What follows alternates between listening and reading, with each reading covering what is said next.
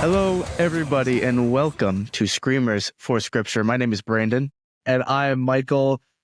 And today we are talking with the infamous Robert Manzone. He is the current lead vocalist for With Blood Comes Cleansing. He's got a bunch of epic side projects. If you're anywhere in the Jacksonville area during May 10th, I definitely think you should go to the Jackrabbits performing bar. They will be the headliner Southpaw, but his side project, Identify the Body, which is him and the former lead vocalist of With Blood Comes Cleansing in one band together. They're pretty epic. They will be opening there, so I definitely think you should check them out. That was a great conversation also. Yes, that was an awesome conversation. He's a really nice guy. And I had an absolute blast talking with this man. And I'm super excited to see where everything's going. Alluded to a little bit here and there, but yeah, great guy, great musician. Absolute blast to have on the show. No, he is a total sweetheart and a absolute metal, Christian metal fiend. So please welcome to the stage the rest of the show. Welcome everybody to Screamers for Scripture. Today we have on the guitarist of Identify the Body, the solo man behind Searching Serenity, and the new lead vocalist of With Blood Comes Cleansing, and most importantly, an Attack on Titan fan. How are you doing, Robert? All right, I'm not talking about music anymore.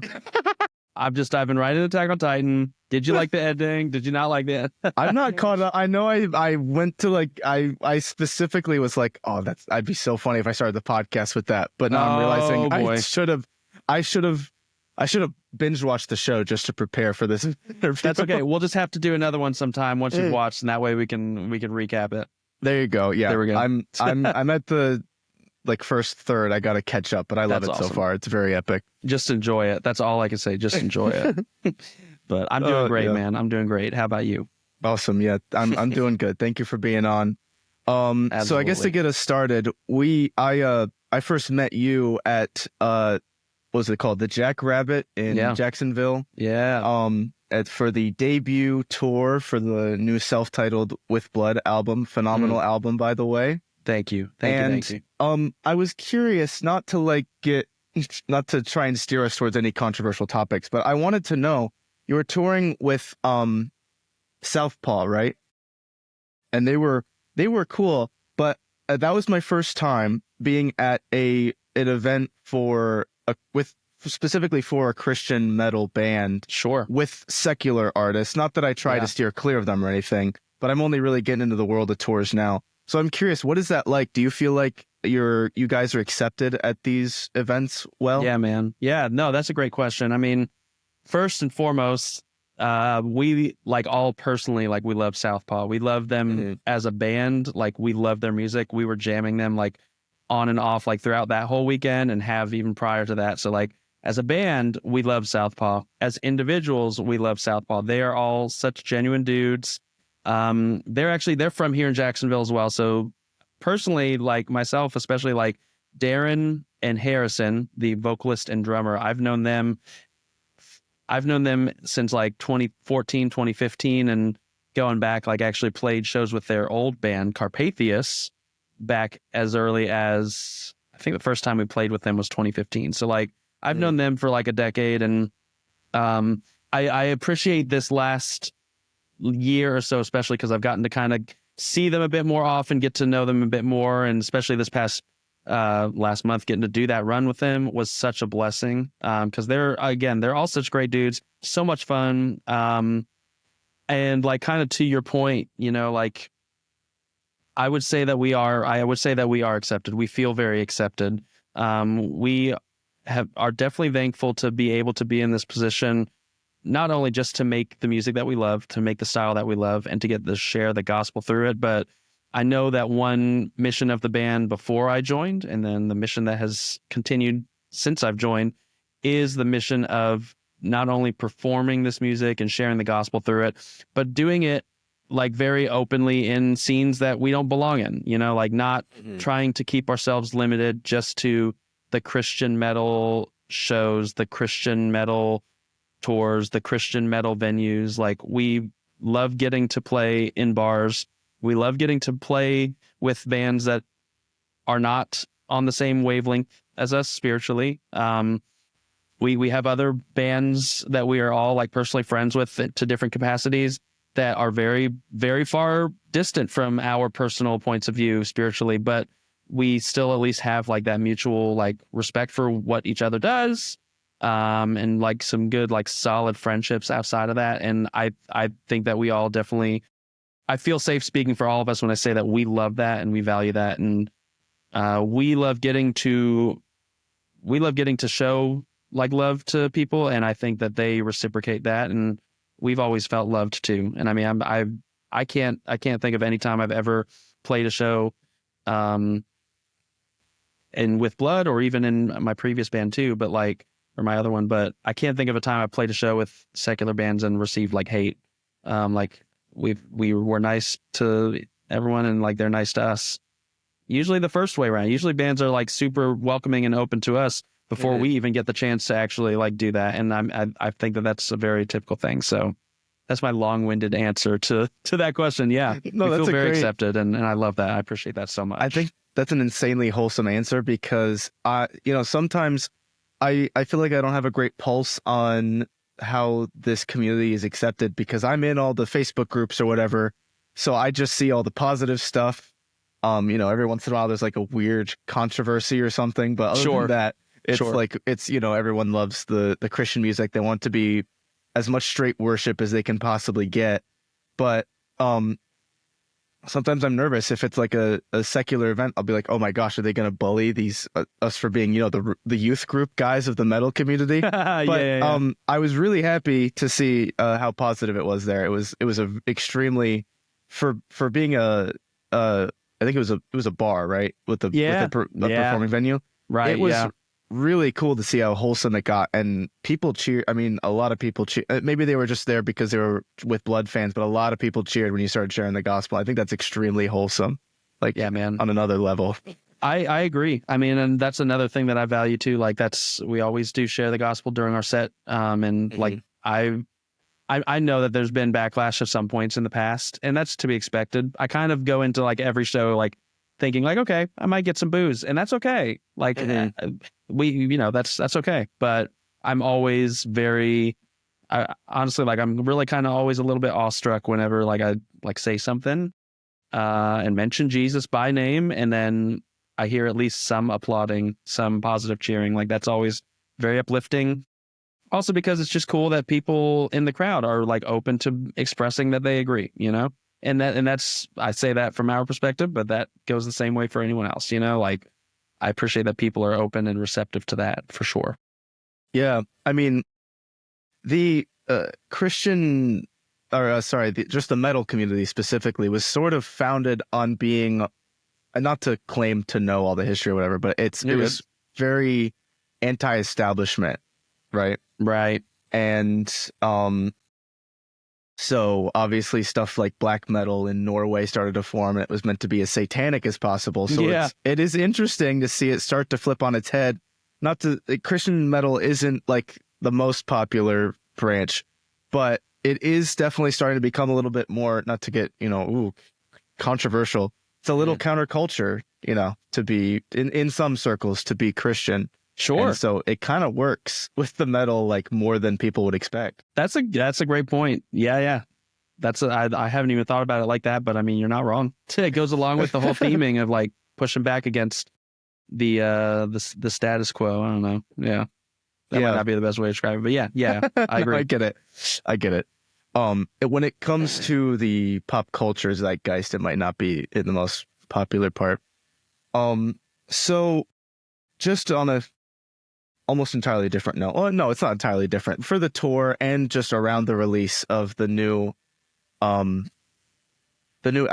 Yeah. I know this is an extremely surface level question, but I am curious, how do you feel like the reception has been to the music for that album? Honestly, like I feel like it has been good from what I've seen so far. I have felt, even beyond good, I have felt like honestly blown away by the positive reception. I will always be the first, and I will be the first to always recognize, like, I am the newbie in the band. I am doing stuff much different than it has been done for nearly 20 years. And I, like, even upon entering last year, like, one of my biggest thoughts was, man, like, this is huge shoes to fill. This is a big role. This is not something I take lightly. And I, like, have always thought and recognized, you know, like, there's going to be pushback. There's always going to be people that disagree and say that stuff doesn't sound good. I'm ruining it. I'm doing stuff way too different. It's not the same as it used to be. And you know, everyone's entitled to their opinion, of course.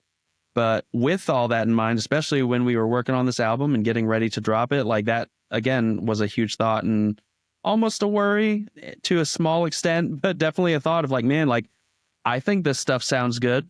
I have a blast listening to all of this.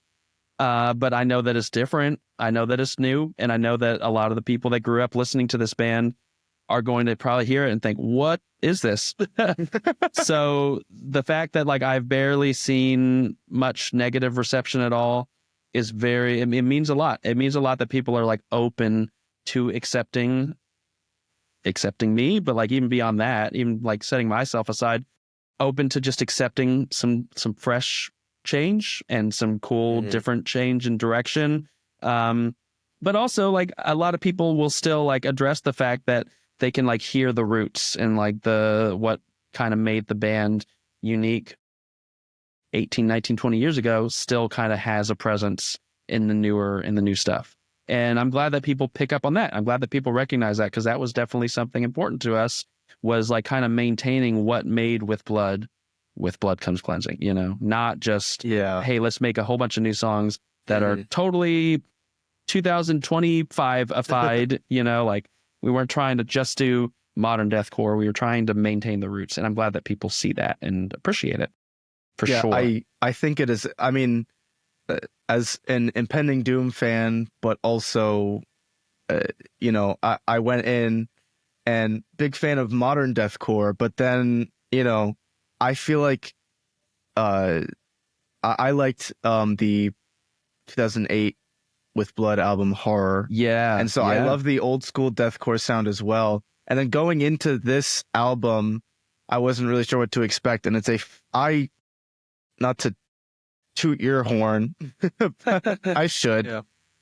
It's a great mixture of, I mean, and everybody in the band. It's a great mixture of modern and current. I think most people would say it's old school deathcore, but I think that's a very great way to describe it. But that does, I was curious ahead of time. You joined the band, you would tell me before we recorded, about in February 2024. Yes, right? sir. Yeah. And was that just you were doing some shows, or was that was when you, like, were a solidified member and you were going to start helping with new music? Yeah. Great question. So, yeah. So, I mean, do you mind if I tell you, like, the little backstory behind all that happening real quick? Go ahead. Yeah. So, basically in October of 2023, Sasser, who was in the band at the time, you know, they had just come back. I had first seen them at their comeback show, the first show since I mean, they had done some comeback shows over the years. I think they had done one like 2014. That might have been, like, the last comeback show, but, like, seeing them in June of 2023 was, like, their first, like, legit, like, we are back as a band show since disbanding in, like, 2010, to my knowledge. So anyway, so I got to see them at that first show back, because it was, like, 2 hours away, which is a blessing. That was awesome. Saw them there. I had already kind of communicated with Sasser online a little bit before then, because I had seen a post from With Blood saying, like, hey, if we do some shows, what city do you want to see us in? And I, like, kind of being silly, I just commented and I was like, hey, if you play in Jacksonville, Florida, let me open up with my solo project, Searching Serenity. So then from there, Sasser, like, I guess looked into it and, like, heard my stuff and liked it, and he, like, reached out and we connected. So then, all that to say, fast forward to October of or late September of 2023, he calls me one night at, like, 9 p.m. on, like, a Sunday night, and which it was random, but I was like, hey, this guy's cool. I'll talk. So he calls me and we chat, and basically he's like, hey man, we have a fest that we are booked to play in 2 weeks in Dallas, Texas, and I can't make it, but it's a big one and I don't want to drop it. Can you fill in? And I told him, I was like, let me jam everything and see if I can like nail these lyrics before I even commit. Cause I am not great at memorizing lyrics, believe it or not. So nonetheless, worked on that, decided to do it. I was like, I can't turn this down. This is too cool of an opportunity. Took the opportunity, drove back and forth between Georgia 2 different times to do some last minute practices with the guys. Super great, like time getting to meet them, hang with them. Flew out to Texas, did the show. It went amazing. Came back and I thought, okay, hey, that was an awesome experience. Loved it. But then about a couple weeks later, Sasser calls again. He says, hey, he literally was like, you ready to make it to the big leagues? We got another show in December that I can't make, but I'm thinking about stepping down, wanting to know if you want to take on the role. And again, even bigger, I'm like, dude, this is huge. I don't know. I don't want to jump into this too quick. So I think I kind of did take a little bit of time just to pray and think about it, but ultimately said I would, which again, like huge blessing. I cannot thank Sasser enough just for being not only a good friend, but just like recognizing like, you know, I love what he does. I love what they do. And I love getting to take part in that. So I appreciate that. I will always appreciate that. But, so nonetheless, Wow. December or so is kind of when that was official on our end, but obviously we didn't announce that yet, and decided what we were going to do was we were going to hold off because we had a show planned in Jacksonville, which is where Sasser and I both live. So we wanted to wait and basically do that show and let Sasser like officially like do his last show and make the announcement himself. We didn't want it to just be like a random post that we drop. Hey guys, Sasser's gone, new guys in, you know.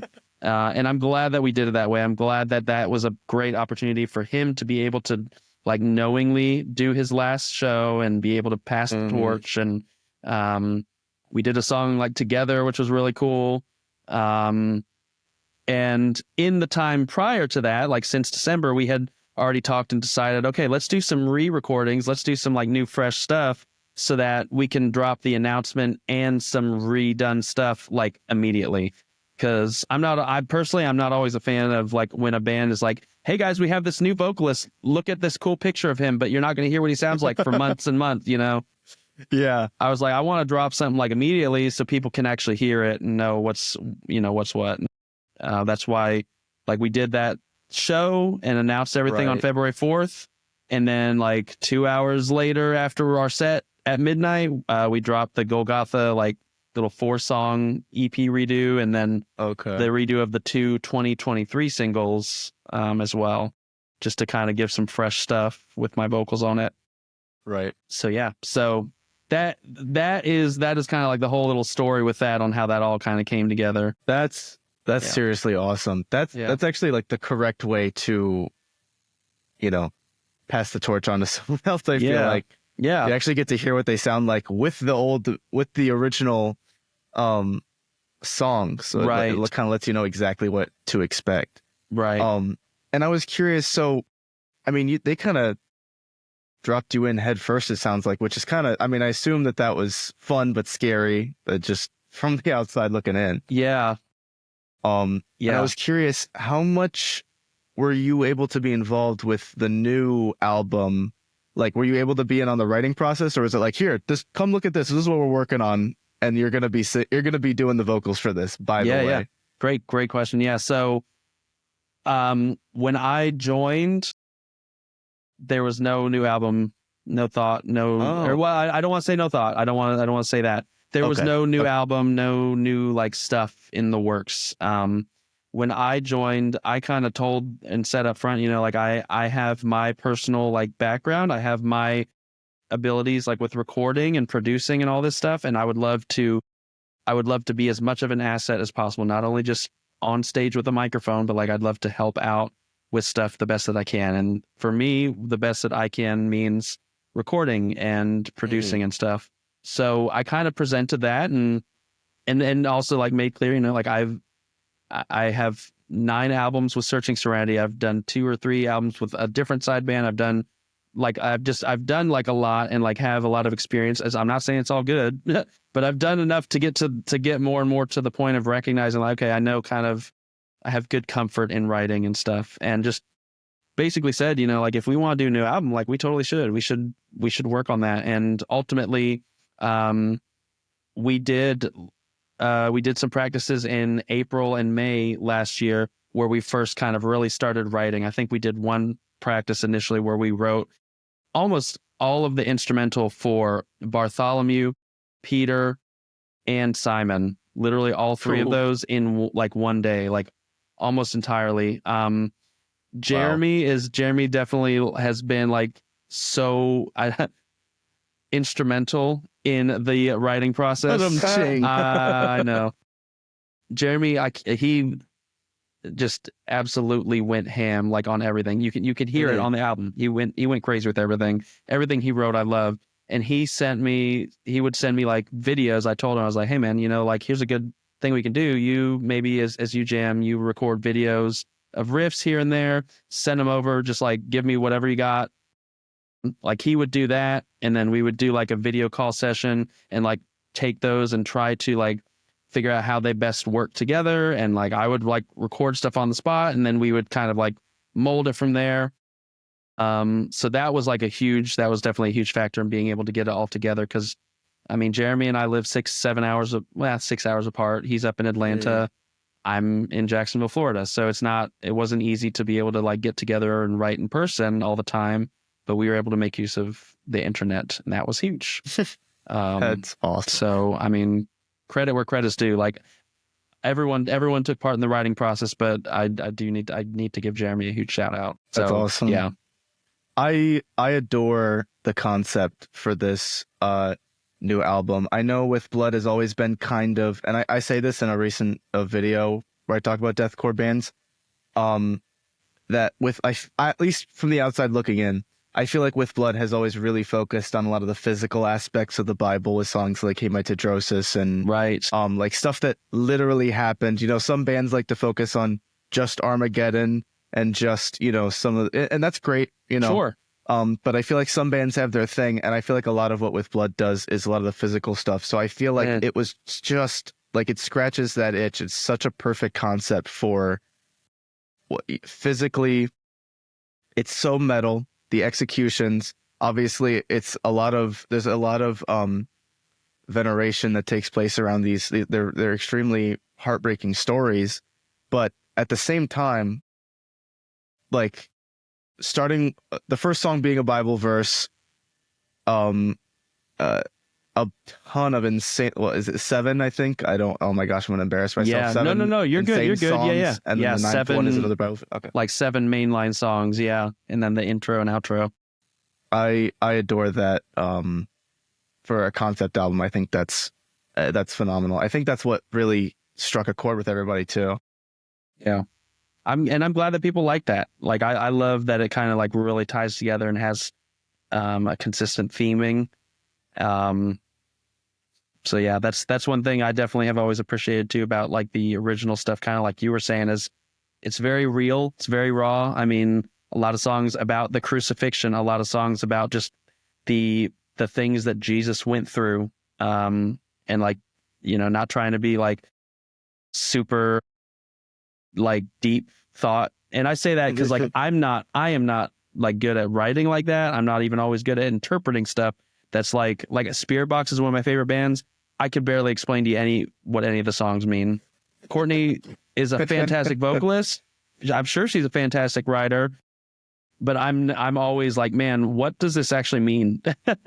So like I'm very much like, my writing style is like, this is what I'm talking about, this is what I'm saying about, this is that, and I appreciate getting to kind of do that style on this too. Yeah. So yeah. Me and Mike definitely get that. We are big Demon Hunter fans, so listening to a song and not knowing exactly what they're talking about the first time happens very often. Yeah. Exactly. Like, I have no idea what this means, but it sounds super cool. Right. And I mean, Ryan Clark, fantastic vocalist, fantastic writer. He does. I know that he does so much. I feel like he's got his hand in everything. But like, I need their music explained to me to know what they mean with some stuff. Yes. But I respect it, and I love what they do. Yeah. I think you need a mixture of both. I mean, and on my playlist, me and Michael share a playlist. We got about over what 370 songs at this point. You It's need a some lot. songs. Yeah, you need some songs that are like these are just extremely raw, exactly what we mean. And I feel like it's also nice to have some that have like very grandiose biblical lyrics or even a mixture of the two. I like both. And I personally, again, from the outside looking in, I think you know a bit more about With Blood than I do. But from the outside looking in, I feel like With Blood also has a good mixture of both. Yeah, I agree. Yeah, I definitely don't mean to downplay because I agree with you. There's definitely like some very well thought out. I mean, especially with like Evangelion, for example. You know, that song is a tongue twister for one thing. Both the title as well as performing it. That's a crazy one. Yeah. But like I remember when I first even like really was like jamming it and reading the lyrics, trying to memorize them.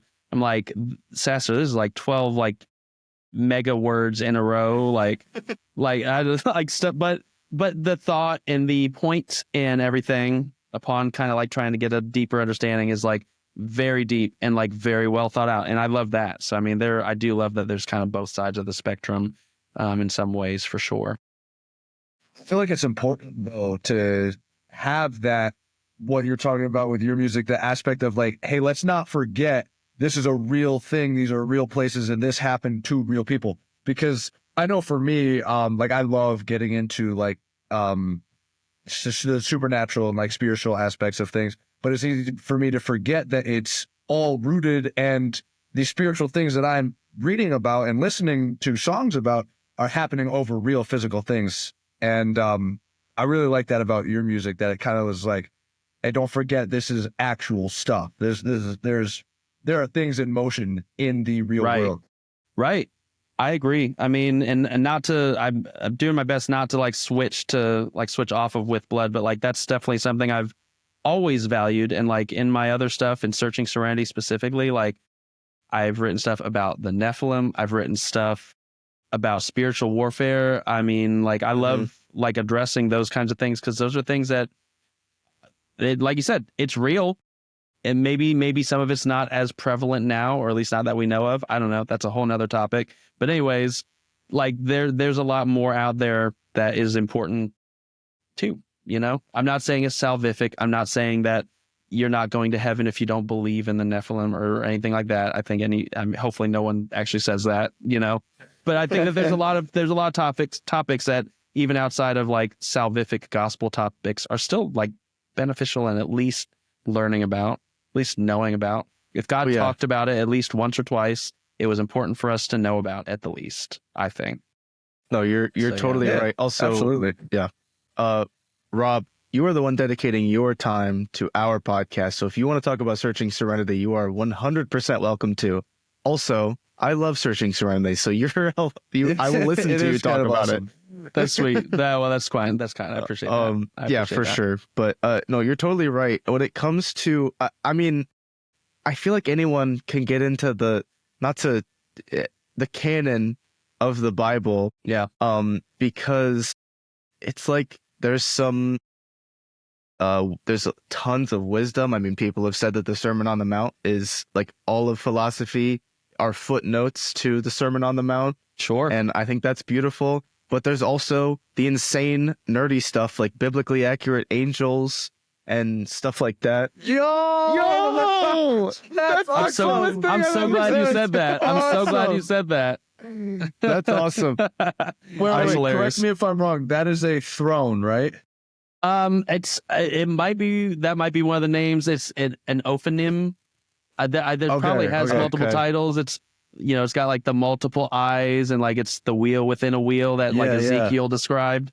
I know that there's like variations where there's like multiple ways that different angels are referred to. So throne might be awesome, man. That I'll have to look into that. That I don't know for sure.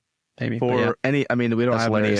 Most of our listeners are video listeners, but if we have any audio listeners, Robert just showed us the coolest tattoo of an angel on his shoulder. I love that. Make a quick note of that. Next tattoo. All right. Yeah, exactly. Yeah. Gonna steal that. I'll send you the artwork. Just let me know. Oh, please. Me and Mike actually have matching tattoos on our shoulders. I'm wearing long sleeves, so it's kind of, I don't want to take my shirt off. Yeah. But I got you, bro. Thank you. Let's see it. Oh, He is risen Check out indeed. my He is Risen shirt. you wore that. I That's didn't even see gold. that until just now. Bro, that is gold. Thank dude. you. Oh, Yeah, dude. so we have the same one. That's so sick, Yeah, man. it's on here. I Yeah. promise. It's just under the long I believe sleeve. you. That's awesome. Dude, I Yeah. love it. We got hidden tattoos. We got to get more at some point. There you go. But Oh, yeah. it's just I don't have money right now. in That's fair. in the best way possible, the Bible is totally for nerds. It's for Oh, yeah. nerds in the best yeah. way. There is so Yeah. much, not to downplay it to some fictional story, because I obviously do not believe that's the case, Of course. but there is some insane lore in the Bible, and I cannot believe we have not been turning it into metal music for longer. right? There is. Right, dude.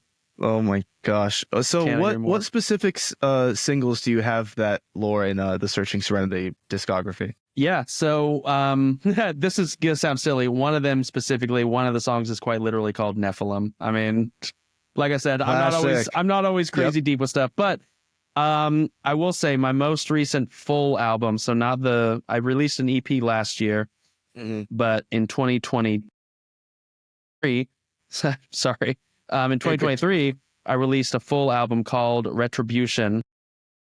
And I mean, this one is kind of fun to me because if you look at it at any point, like you'll see like just the song titles are all reminiscent of different media. So let me give you some examples. The Curse of Ymir, that's like an Attack on Titan reference, you know? But like the song itself is about sin and how we are in a broken world. We're all living in the sinful nature, the Curse of Ymir. I don't know, you know? No, I love that. Hidden Village of Light. That was kind of like a Naruto-esque thing. And it's about heaven, you know? So it's like stuff like that. I don't know. One more. I did The Lands Between. So that's for my Elden Ring people. That one's kind of about like the spiritual realm and like the spiritual warfare that happens in between, you know? So Okay. just to I give see like you. some examples. So yeah, I don't know. I'm going to be very careful getting into this topic because we could easily switch to it for hours. But are you a From Software fan? Is that why you... Yeah. Dude, I first played Dark Souls 1. I was a little late. I got into it in 2015. So, I mean, I'm listening, yeah. just yeah, you're good. I need to see. I'll try not show my Oh, butt yeah, on it's- camera. I promise I'm doing something. Hold I on. believe you. I believe you. Ready for this? Yeah, I'm ready. Wait, nope. That's You gotta it. try a little Joe. more. Turn. Oh my gosh. It's not... I'm not showing it very well. Dude, the There it is. bonfire. Let's go, dude. That is so sick. I might have to cut some of me climbing on my chair out, but I was like, it's so perfect. We were Worth. just talking about tattoos. We were just talking about Worth it. Dark Souls. Wait, I have one. Wait, hold on. I got the Let's see, dark let's see. sign on my forearm. Oh my gosh, there we go. Dude, that's hilarious. That's so funny. All right, Dude, Rob. I love FromSoft. I could go off on that for hours. I literally just today I got an email that my copy of Abyssal Archives was just sent off in the mail. Wait, hold on. Oh, you have the actual dang. I got the cheap version. You got the real thing. That's sick, dude. Oh, do you like it? Oh my gosh, I love it. It is so cool. I'm currently rereading it actually because I love it so much. That is gold. Oh my gosh. That is so awesome. Okay. I think I could yeah. I could do a whole Dark Souls podcast if y'all ever want to do that. All I right, let's would do it. 110%. That's happening. Yep. Elden Ring Night Rain Yeah. out May 31st or whatever. Yep, exactly. Yeah. Anyways, Got a gosh. countdown clock. That's hilarious. That's gonna be all right. That's Gold. gonna be a big branch in the Good. episode. I love that. Good. Well, I'm not gonna take too long telling this story, but I'm pretty sure if memory serves, that Michael read me a bedtime story it was either the Abyssal Archives or one of the lore books for Dark Souls. He read Yeah, me like a I got- bedtime story. So he was over at my place one time and I got the Dark Souls compendium for like all 3 games. And there's a lore excerpt for like each location. So you've got like Lordran, then Drangleic, Yeah. and Lothric. But I read him the one from Drangleic. He fell asleep to it. That's magical. That is magical. I love Honestly, that. some Best of the best sleep you night's ever sleep had. of my god. Yeah, exactly. It was the best night's sleep of my life, dude. That's awesome. I'm not kidding. That is Okay. gold. So I guess Wow. I won't keep the whole podcast on Dark Souls, but I do want to know, or FromSoft, but I do want to know what's your top three? I'll say top three FromSoft games. A top three. Oh my gosh. Dark Souls 1 is my number one. That will always be my number one. That's what I started with. So I'm sure that's part of it. Right. But like that will always be like my favorite. I'm going to say Elden Ring is like next up. Like Elden Ring is so fun. When I've like finally finished my first playthrough, like I literally was like, I can't even play this for a while. This was so good, and there was so much that I need to just take a break to refresh because I'm so overwhelmed by it. But I love it so much. And then I would probably say, I'm gonna say Bloodborne. It's like I hate to like not say that to Dark Souls, but like Bloodborne is so good, and it is. I mean, as well loved as it is, it's still underrated because it's so good. It's so good. It's like- Can I let you in on a secret that might alter your entire perspective of me? Okay, you've never played it, Dark Souls 2 is my favorite Dark Souls game. dude. I love Dark Souls 2. I love Dark Souls 2, and I hate how much hate it gets. So Yeah. I respect it. Dedication. I respect it 100%. It's so 90%. good. 90% of this episode is going to be us talking about our favorite. Oh my our gosh. favorite FromSoft games. My favorite is Sekiro, but Bloodborne is. Good I one. juggle between Bloodborne and Sekiro all That's the time. fair. All the outliers. Sekiro is great too. I mean, I remember like first playing that, and like I need to get back into it because I haven't played it in a couple of years. But that one is a lot of fun too. Super gorgeous. Oh my gosh, Well, yeah. I just hopped back into it. Yeah. I absolutely adore that game. It is Yeah. for people who hate themselves, but it is a great game. Yeah, right.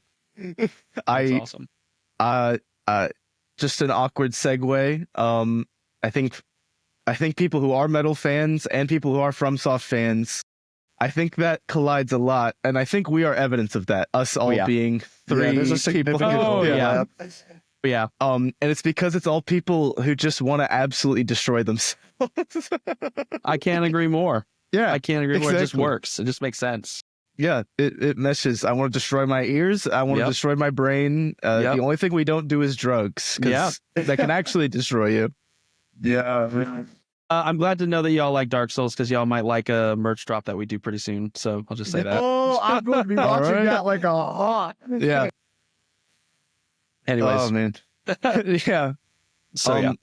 That does lead me to ask. Yeah. I appreciate the help with the segue. Of course. And we are both me and accidentally wearing the same. I That's guess so Michael funny. didn't get the memo, but that's okay. Don't look at me. I'm sorry. Actually, I like your shirt a lot, so you're fine. No, that's awesome. You get the pass for that. That's awesome. We're wearing the it's out of stock now, right? It was a limited edition I drop. think so. Yeah, it was technically just for like 1 week pre-order. Yeah. It is awesome though. I adore the for any audio listeners, we're referring to the epic merch for the With Blood Comes Cleansing album, X Kingdom Core. And the reason I wanted to ask about it is because Yeah. I wanted to get into the album art just a little bit. Sure. I love that album art, by the way. I'm so glad. I appreciate It's that. awesome. I know that you guys hired it was an independent artist, right, to do the Yeah. yeah. Any listeners? It is a skull tree, basically. I don't want to put words in your mouth.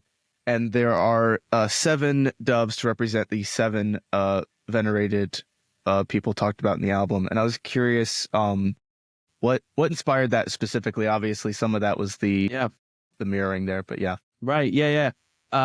First off, like huge shout out to Curly. He absolutely killed it with that. We love him. We already love him. He's done some of our merch designs for the last like year or so, or maybe even longer, but love him. And he absolutely killed it with the album's art. But I mean, you really hit the nail on the head. I mean, like, the 7 doves, each representing one of the venerated martyrs. That was one of the Jeremy's the one that really kind of foresaw in his mind's eye. He saw this this album artwork and had the initial idea, and he did great with that. I love how it came out. And I know that like having the skull fixture kind of in the middle was definitely kind of like it was kind of meant to be a little bit of like an ode to Golgotha in some ways. I know that like when we first put it out, when we first announced the new album, I saw a lot of people like, oh wow, a Golgotha redo. And I was like, I mean, it looks similar. It's similar, not quite, but like I could get it. So there was definitely meant to be some reminiscence with it, Right. but then also still kind of have it be its own thing.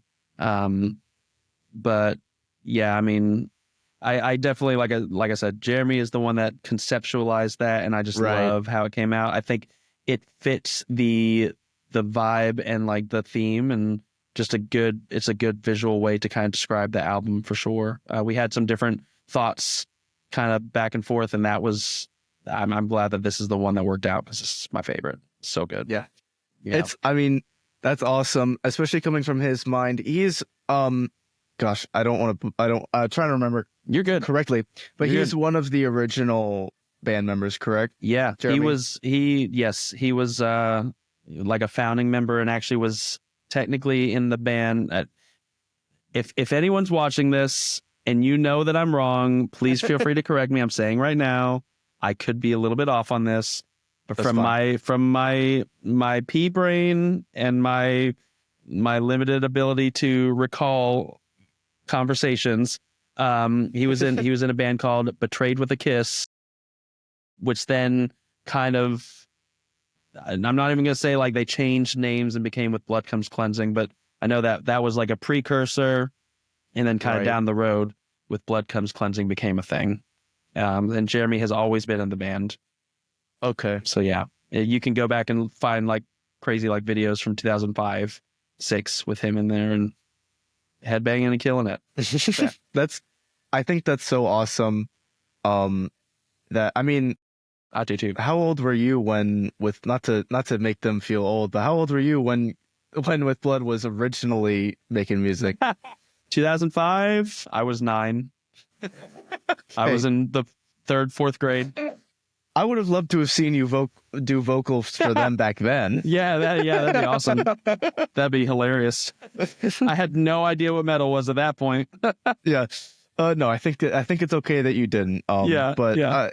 For real, I think it's awesome that it mirrors Golgotha, the album art, because, again, not to speak for you or for any of the members, but it looks like it. I mean, with the long hiatus and everything, this was like sort of an official. We're making new music, and it's a full album. I feel like this is sort of a rebirth of the band, at least from what I've seen from the outside in, of course. Yeah. And it's cool to see that it mirrored the original album. And so now that, it's like a comeback sort of thing. Although it sounds like With Blood actually got more popular as the hiatus went on. Yeah.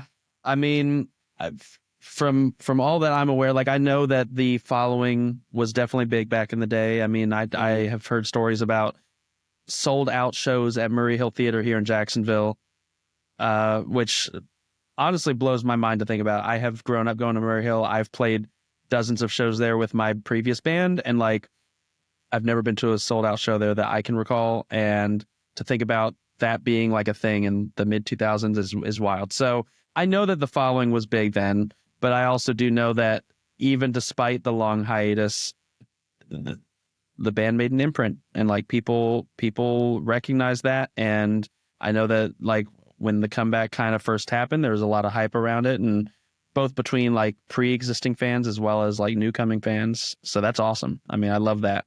I think that speaks to just what they did, what they managed to accomplish then, and what's continuing to be accomplished. Yeah, I think that's insanely wholesome because, I mean, especially back in the, I know it's referred to as the MySpace era of metal. Right.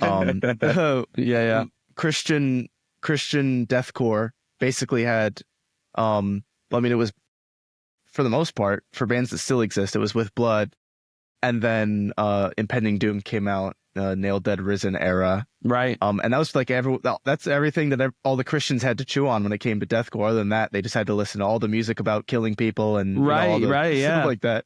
Slim pickings.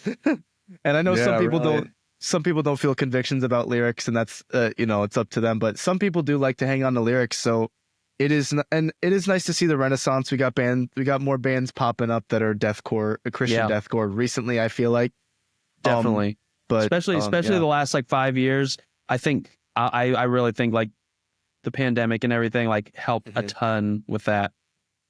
I have noticed. I've heard a lot listening to podcasts about in this realm. Trevor Tyson's talked about it. Michael Felker's talked about it, and I think Danny Thomas with No Treaty also brought this up, that COVID kind of kicked him in the butt and got him to start doing stuff. And it's insane to me. I know Searching Serenity's got a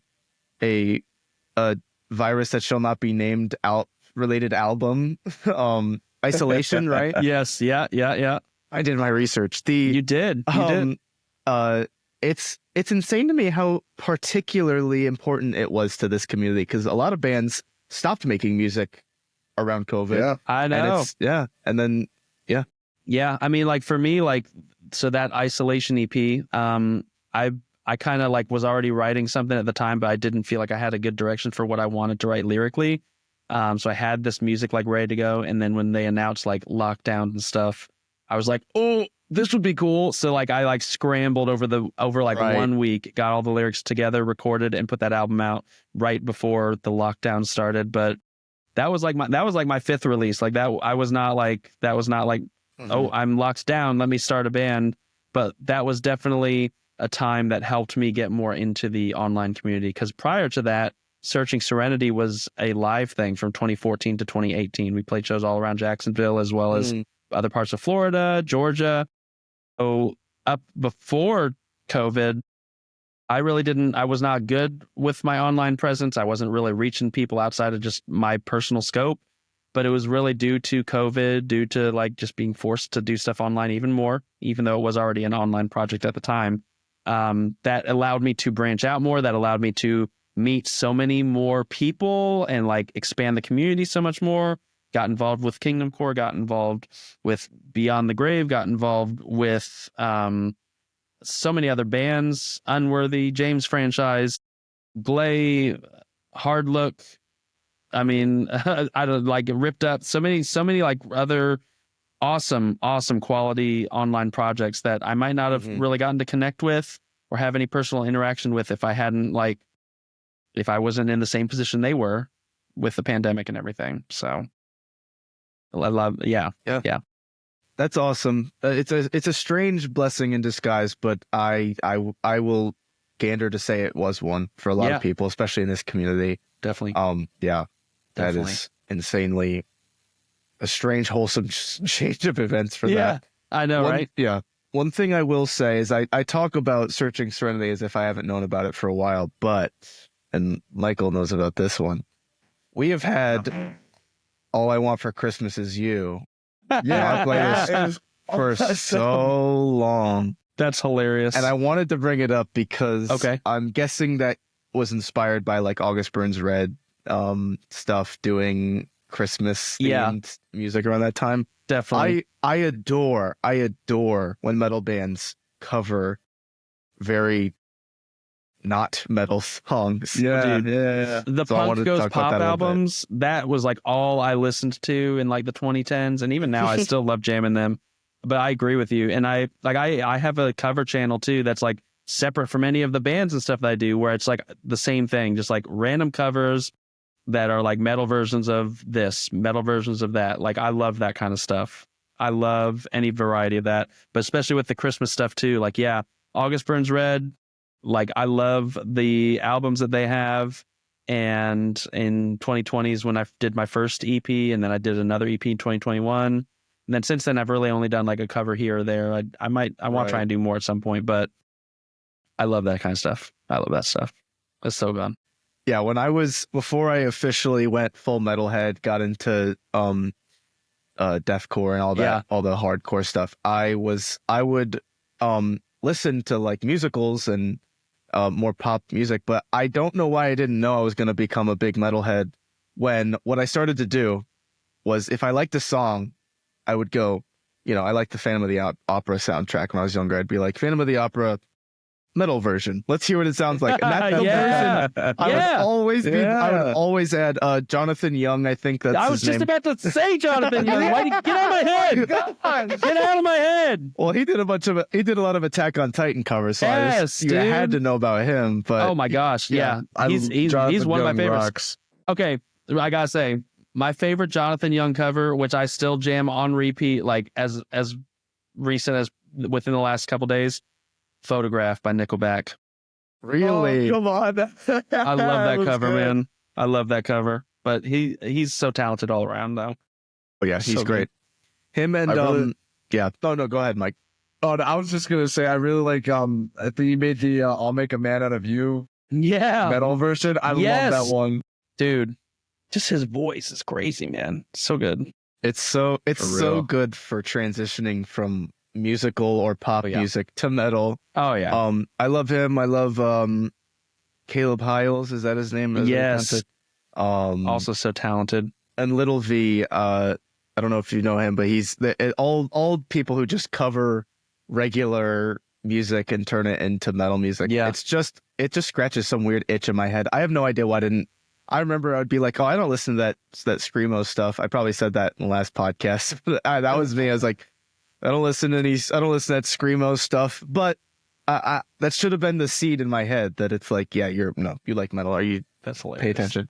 But no, so we You just weren't ready, and that's okay. I was in the same boat. I remember first hearing metal and thinking it sounded terrible. I was like, why would they scream? That's so stupid. I hate that. And I did the same thing. I mean, I was like, I get it. I would never listen. I would this. never. I wouldn't be caught dead. Right? Yeah, I'm listening to like Red or something, and I'm like, that's that's a too bit hard. much for bro. me. That's too much. Yeah. Skillet, too heavy. Monster, oof, insane. yeah. The silly songs with Larry. That's Yeah, that's It's a a bit much. really, really, really tough album. Yeah. Oh my god. where's my hairbrush? I can't. This is too emotional. It's hard for me. It's too close to home.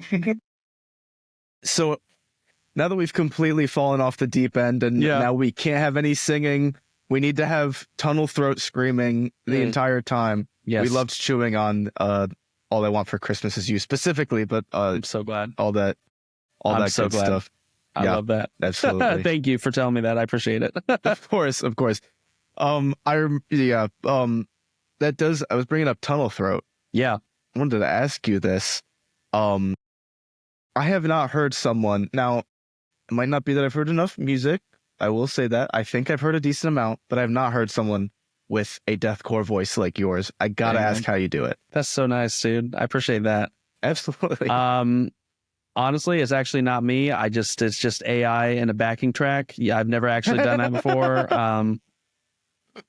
No, I'm just kidding. I mean, this is always a hard question for me because I don't feel like I'm a good like vocal coach. And I know that there's some vocal teachers who will give you like all these specific things. And like the best that I could say is that I feel like I'm doing an ab workout when I do it because I'm pushing from like my abdomen. I'm not like, it's not as much in my throat, even though I get a little tired and a little sore, especially after a show. Cause it's like I kind of forget like the good technique and just kind of go a little too crazy and then tear up my throat. But I'm pushing from my abdomen a lot. I'm definitely using my mouth and throat to kind of just try and shape it and find the sound, I guess. And other than that, like I have practiced vocals for upwards of a decade.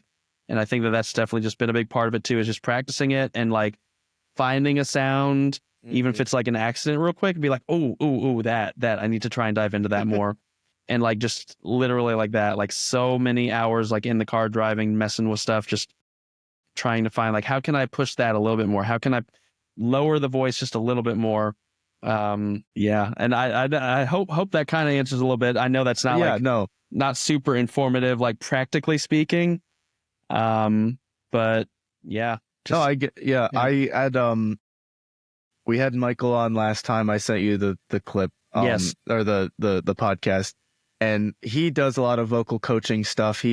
I've done a few lessons with him, That's awesome. and those are a lot of fun. And he was talking about, it just sounds like pretty much every vocalist is just like, how can I push my voice to the extremes that Right. the human vocal cords were not supposed to Yeah. go. Right. And that's where we get a lot of the accusations like, this is demon music. They sound crazy, but I say it's more like a force of nature. Oh yeah. Sounds awesome. I think that's a good way to put it. Well, thank you. Yeah. And that did lead me, is another thing I was curious about. This is how I start a lot of segues. If you don't notice, I just go, this is something I was curious I love about. it. I actually completely unrelated to trying to research you. I actually got recommended your live cover of Hematidrosis. And it was just literally just completely in my recommended. It wasn't even like, all right, I'm going to start researching my next guest. It just showed up. So I listened hilarious. to it. It was great, by the way. But Thanks, that led me to, I saw a clip, I think it was from a few years ago, where you butted in on a little song called Death Will Reign by Impending Doom during a live show. I got to ask how that happened. Was that just this completely spur of the moment thing? Oh, yeah. Yeah, dude. I mean, Impending Doom, they were like definitely like the first Christian like deathcore band of that nature that I like heard and got into. I know I'm not alone in that, of course. So they've always been like a big inspiration for me as well, and getting to see them for that first time in 2021 was such a great time. I was up front like the whole time recording, like just with my little GoPro, like just for fun. And I love that song in particular. And when he was up there, like just holding the mic, I was like, let me. I mean, So that was nothing more than just me being a fan. And we played with them at Audio Feed last year. We played, and then they played right after us. Right after we got our set done and tore our stuff down, I was up at the front, and I like grabbed the mic for Death Will Reign again. And I mean, I'm a fan first, baby. I'm a fan first. That's oh God. That would be so much pressure for a normal person to do. I mean, I'm sure it was a lot of pressure when you did it, but for someone who has not trained their vocals for that, it's like, Death Will Reign, the fallen angels. So I love that. That was just completely out of curiosity. I was curious how that happened. That's awesome. But I saw that clip and I was like, how did that happen? That's funny, love that. Yeah. But no. The way I described your voice, I said it to you after when I saw you live. I don't know if you heard me because it was extremely loud in there. They played the music very loud after those shows. And I said, your voice sounds like someone pushing a concrete block across a sidewalk. I don't know if I caught that as well. So that's hilarious. But like trying to imagine that, I guess I could kind of see what you're saying. That is a compliment. That is not a bad thing. I appreciate it. I believe you. That is how he. I'm pretty sure, Brandon, when you were first like diving into all this metal stuff, and you found this man, this absolute legend. You were like, dude, I just found the most like gravelly, like cinder block across a sidewalk singer ever. And I was like, I gotta hear this, dude. That is I love it. so funny. That is so good. Yeah, I'm gonna have to remember that. I love it for sure. Yeah, you can use that. Feel free. I will. I appreciate it. That's gonna be my Halloween costume next year. Just cinder block. Cinder block. Just laying on the driveway, just like dragging along.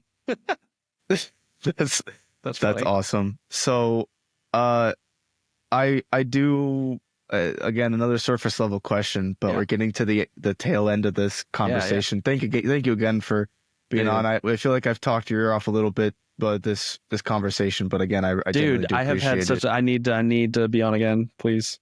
Oh yeah, you're welcome back. I've had such a great time. Third host. You'll be our third host. There we go. I want to ask. Again, very surface level question for any of the bands. Identify the Body, for Searching Serenity, for With Blood. What's next?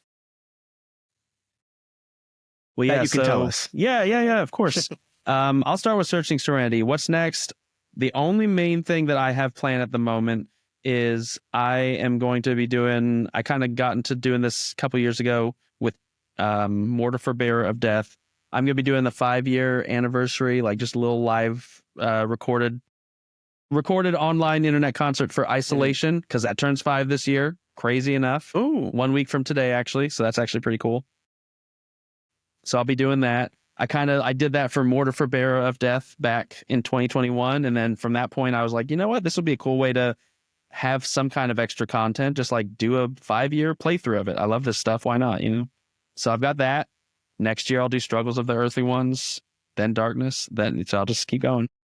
Other than that, I made like a video talking about this last year, but I kind of decided to take a little bit of a breather with Searching Serenity, only because I from 2018 through 2024 did at least one release every single year. And that's excluding like 2 Christmas EPs as well as like extra singles here and there. So just for the sake of not like overdoing it, I was like, I'm gonna take a little break, take like 1 year off. So I'm not planning on doing any new music this year. I say that, but I could end up sitting on the computer at 2 a.m. one night and a spark comes and I'll finish a song in an hour and have a new single. I don't know. That's where the best songs come from, though. That is. Sure. Some of my favorite Searching Serenity songs are like the 1 hour, came out of nowhere, boom, it's out. Gosh, I love that. That's my plan for that. But that's that. So yeah. And then Identify the Body. We did announce a show, our first live show. Initially didn't even plan on it being a live project. It was just going to be a little solo thing between me and Sasser. But we are doing a live show on May 10th in Jacksonville with Southpaw again, which will be awesome. Nice. To give some shout outs, we have Chase and Cliff, who I only just got to meet Chase recently. He's an awesome dude. I'm going to be meeting Cliff soon, but he's an awesome guy from online conversations. Sasser's known them for like 20 odd years. So they go back playing shows together in the past. I know Chase was in a band called Our Finest Hour way back when in Florida. And I know Cliff was in a band as well.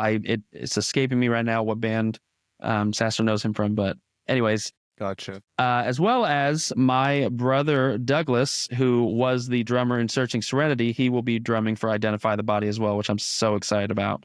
And I'm so excited to get to play with him again. So that's going to be fun. And then I also mentioned to you that other show, which can be mentioned after recording is finished. This will be a very mysterious. So just stay tuned. Talk about it. Stay tuned. Big things coming. So there's that. And then for With Blood, at the moment, we have some other shows in the works. I was trying to remember. I don't think we have anything announced just yet, but we do have some other shows in the works. So people can definitely still plan on seeing us. We're not going to just do like a little album release run and then drop off the face of the earth, thankfully. So got some more shows to be announced and no new music for a little while for sure. Definitely going to be riding out on this stuff. We have some other songs on the album we didn't play yet. So, I mean, we'll probably end up incorporating more of those in the future as well, which will be fun. Got some new merch coming too, which I'm excited about. Maybe, man, I don't know. Shoot. I think that's all. I think that's all the big things coming that I have of note right now. Beautiful. Yeah.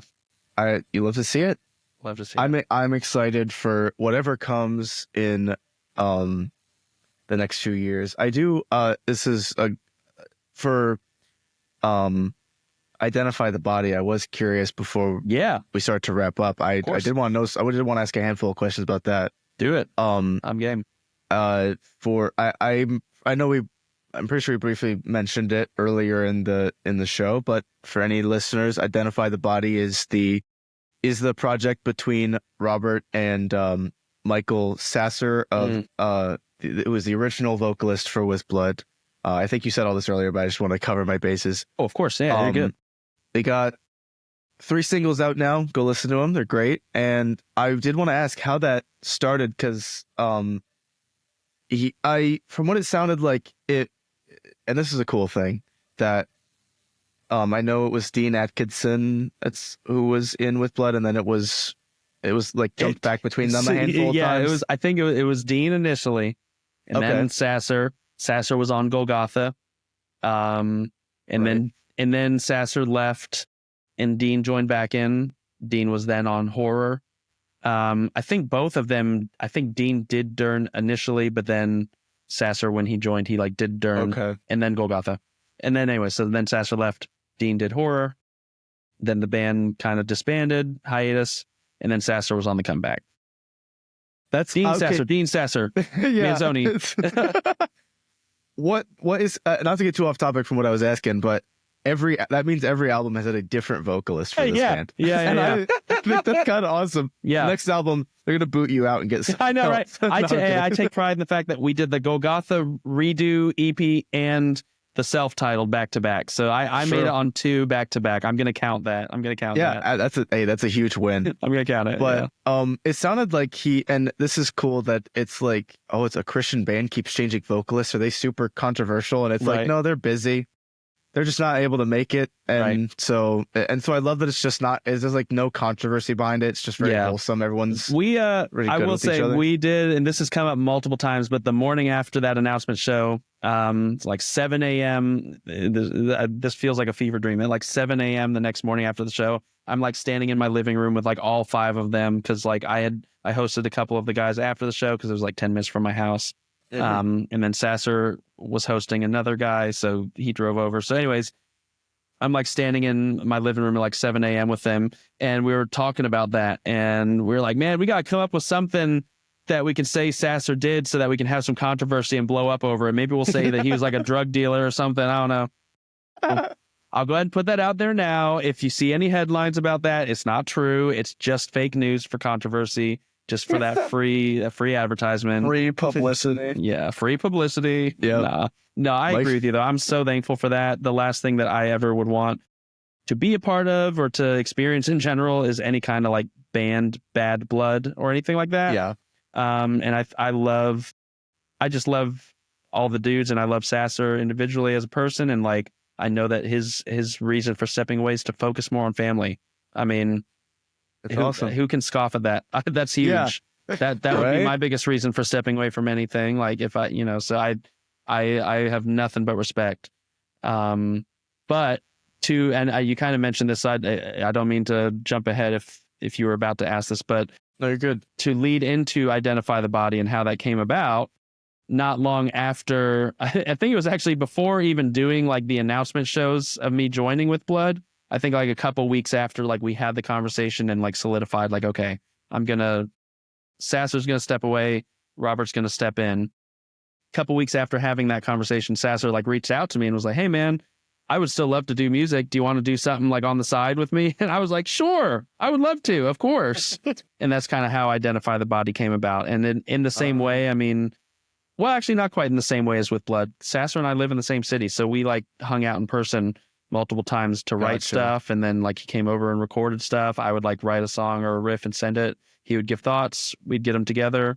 So all of that has been like very collaborative and so much fun.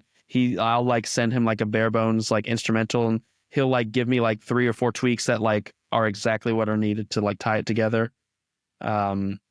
So that's been super fun too, because I know like he's a great vocalist. He's a great musician. Like I hated the idea of him not using that anymore. So I love that he still is, and I love that it's in a capacity that's a bit easier to manage, like locally. He's here. He's not having to travel. It's not as difficult. So I'm thankful for that. I'm glad to get to take part in that for sure. That's genuinely beautiful. It's like, and I feel like that also shows, not that I think people would think that there was some controversy behind the vocal change, but it does show that there's no bad blood, because literally the current and previous vocalists have their own project. I think that's genuinely awesome. Yeah, I love that. Absolutely. Yeah, I'm thankful for it. And I mean, I don't know. I had never gotten to see With Blood back in the day. I've never gotten to meet Dean. Would love the opportunity, if anything, if that ever came about. So I'm putting that out there too. Would love the opportunity. I'm all for positive stuff like that. So I'm thankful to get to experience that with Sasser, getting to have him join up on stage and like do his part in the song on our album. Yeah, that was so much fun. That was so cool to me to do that. And like, that was one of my thoughts. Like initially when we talked about doing an album, in my mind, I was like, man, I really want to have like Sasser on something. That'd be so cool. And then I think Jeremy brought it up. I was like, okay, that just solidified that we need to do this. Yeah. So, okay. Yeah. Man, that's genuinely awesome. Yeah. I think that's a great, So I don't want to I would love to just let this conversation go on as long as it could. I'm definitely having a great time. Me too. Probably gonna talk But for a yeah. minute after we stop Same. recording anyway. Yeah, of course. But I do. Anyway, all that to say, I'm going to try and ask this to all of our guests, past and future. If you're comfortable, would you be okay with closing us out in a prayer? Oh man, dude, I would love to. Absolutely. Okay. Yeah, Then we are ready. absolutely. Dear Lord, thank you so much just for this time that we have had just to be able to gather and just enjoy some good conversation, some good laughs, some good, just genuine thoughts, and just being able to dive into talking about just this shared love that we have for music and ultimately for you through that. I'm just so blessed to be able to be in this spot personally, of being able to get to share you through the gospel share your gospel through music. But then I'm also just so thankful for Michael and Brandon, just for what they are doing, just for wanting to dive into that, wanting to have these conversations, and wanting to just be able to address the fact that, we all love you and we're doing this as a mission to serve you, Lord. So I just pray that you would just be with them as they are continuing in this. I pray that you would just continue to lift them up, just grant them opportunities, allow them to have more awesome conversations with people and be able to reach more and more people through what they're doing. And ultimately, Lord, we just love you. We thank you just for all the blessings of this life. And we thank you for allowing us to be able to glorify you in different ways, for being able to praise you in means that is maybe special to us, but sounds like an ear sore to some other people, So thank you for just giving us the gift of metal, and thank you for allowing us to use it for your glory. I pray that you would just bless the rest of this evening. In Jesus' name we pray. Amen. Amen. That was a great conversation with that guy. I mean, I enjoyed speaking to him. He was very easy to talk to. Again, super excited for the upcoming plans that he alluded to, and the merch drop that I will be watching and waiting for like a hawk. Like a Potential, yeah, like a gremlin. I'll be like, oh yes, when is it happening? I'm legit stoked for that. I genuinely did not know ahead of time that he was a big FromSoft fan. I don't know if any listeners out there are, news. but that was a big connector. I know I said this at the start, and he said this at some point, but if you're in the Jacksonville area, go see Identify the Body on May 10th at the Jackrabbit Bar and Performance Place. I don't remember what all that stuff. It'll be a great time. If I can, I'll try and be there, but I definitely think it's worth your time for sure. Oh, absolutely. These guys are great. They're great at what they do. And I really wish I could be there to see them, but unfortunately I can't make that one. I'm sorry. I'm just a fake fan, guys. Unfortunately, you're a bad friend and a bad Christian also. because I can't make the show. Darn it. Because you live 1,000 miles away from where the show's happening. No, that was legit a great conversation. Thanks again to Rob for being on. Robert. Yes. Still on a Thank full you, name Mr. basis. Robert. Can't cut it to Rob. But no, it was legit a great time. And thank you very much for listening. Please, if you have the time, give us a 5-star rating on the audio version of this podcast. And we will Please. see you in the next one. God bless. God made you special, and he loves you very much. Bye-bye. Bye. Bye. Goodbye.